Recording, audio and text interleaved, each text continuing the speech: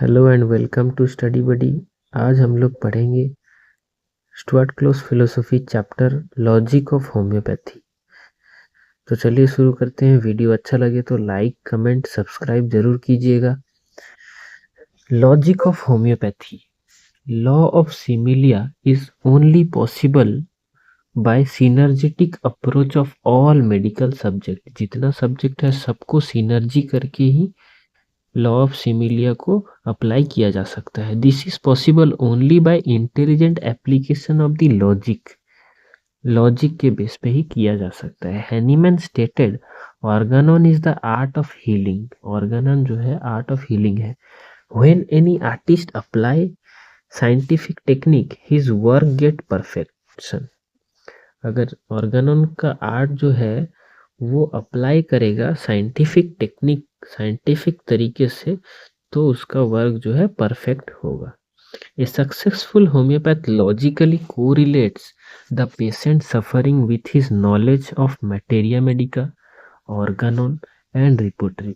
ये सबका सिनर्जी से परफेक्शन आता है। और ये सिनर्जी कब होगा? जब लॉजिक इस्तेमाल हम लोग करेंगे। A good prescription, a good diagnosis and a good examination depend only upon correct application of the principle of logic। Okay? तो लॉजिक क्या है? The word logic means science and the art of reasoning. Science and art of reasoning. The Oxford dictionary advance learner dictionary defines logic as a way of thinking. Logic क्या है? एक सोचने का तरीका है। और explaining something whether right or wrong. Logic and philosophy are not new subject to the human mind. All people are philosophers and logicians. Only the degree of approach differs from one another। Logic सबके पास होता है लेकिन degree of approach differ करता है। Logic helps us to discover the truth from drawing conclusion from different premises. सच्चाई जो है वो लॉजिक निकाल के लेके आता है। But there are two way of investigation, investigating and discovering truth, says Bacon। Lord Francis Bacon, the father of inductive logic. क्या है? Father of inductive logic. There are two logic to arrive at the conclusion. एक है deductive logic और एक है inductive logic. तो चलिए deductive logic क्या है पढ़ते हैं। Deductive logic, it is a method of logic, a process of reasoning from generalized premises to particular inference। generalized premises to particular inference। General से पर्टिकुलर को जाता है जो वो डिडक्टिव लॉजिक कहलाता है। If the general premises is true then the particular conclusion derived from these premises must also be truth। The conclusion of the deductive logic argument never goes beyond the agreed general premises। ठीक है, जब अगर general premises ठीक होगा तो particular conclusion भी सही आएगा। ये है लॉजिक। ठीक है, जैसा कि एग्जांपल में दिया है a general premises all medical students are intelligent. अगर all medical student are intelligent हैं तो पर्टिकुलर इन्फरेंस यानी पर्टिकुलर कंक्लूजन क्या होगा कि Rama is intelligent because he is a medical student. जो भी मेडिकल स्टूडेंट होगा वो क्या होगा? इंटेलिजेंट होगा। तो इन पर्टिकुलर भी क्या होगा? रामा भी इंटेलिजेंट होगा। Sita is intelligent because she is a medical student. हर मेडिकल स्टूडेंट इंटेलिजेंट होंगे। ठीक है। Rene Descartes, a French philosopher, Rene Descartes, a mathematician, is considered as father of deductive logic। Inductive logic क्या है?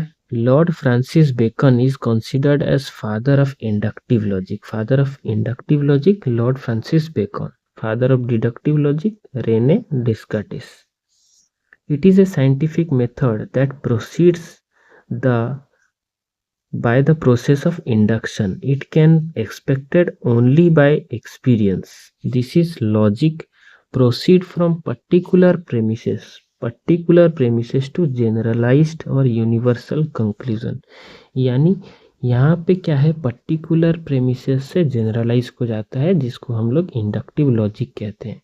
डिडक्टिव लॉजिक ठीक उसका उल्टा था। In this logic, before we make any conclusion, classification and generalization and spin theories, we must be sure that we have reliable fact. जैसा कि example, Rama is intelligent, he is a medical student, Sita is intelligent, she is a medical student। यानी यहाँ पे पहले particular को देखा जाता है, फिर जाके कंक्लूजन को आते हैं, तो इंडक्टिव लॉजिक उसको बोलते हैं। जब हैनीमैन सिंकोना बार प्रूव किए थे, तो इंडक्टिव लॉजिक के मेथड में ही प्रूव किए थे। ठीक है, जनरल कंक्लूजन क्या होगा, all medical students must be intelligent. In inductive logic to arrive at the conclusion the inductive logic recommends 4 step. क्या है वो 4 step? Exact observation, correct interpretation, understanding the observed fact and relation to the other natural phenomena, rational explanation and scientific construction। 4 है, exact observation, correct interpretation, rational explanation, scientific construction. Exact observation क्या है कि जब doctor Hahnemann कुलेन Mathematica, ये जो ट्रीटेज of Mathematica है, उसको जब ट्रांसलेट कर रहे थे, तो उसमें एक चीज लिखा था कि cinchona bark cures malaria because of its bitterness. यानी बिटरनेस की वजह से सिंकोना बार्क जो है वो मलेरिया को क्योर कर देता है। लेकिन ये एग्जैक्ट ऑब्जर्वेशन, मतलब ये सही ऑब्जर्वेशन नहीं है। तो हैनीमैन क्या किए, इंटेलिजेंट ऑब्जर्वेशन किए और बोले कि ये बिटरनेस की वजह से नहीं होता, कुछ और होगा।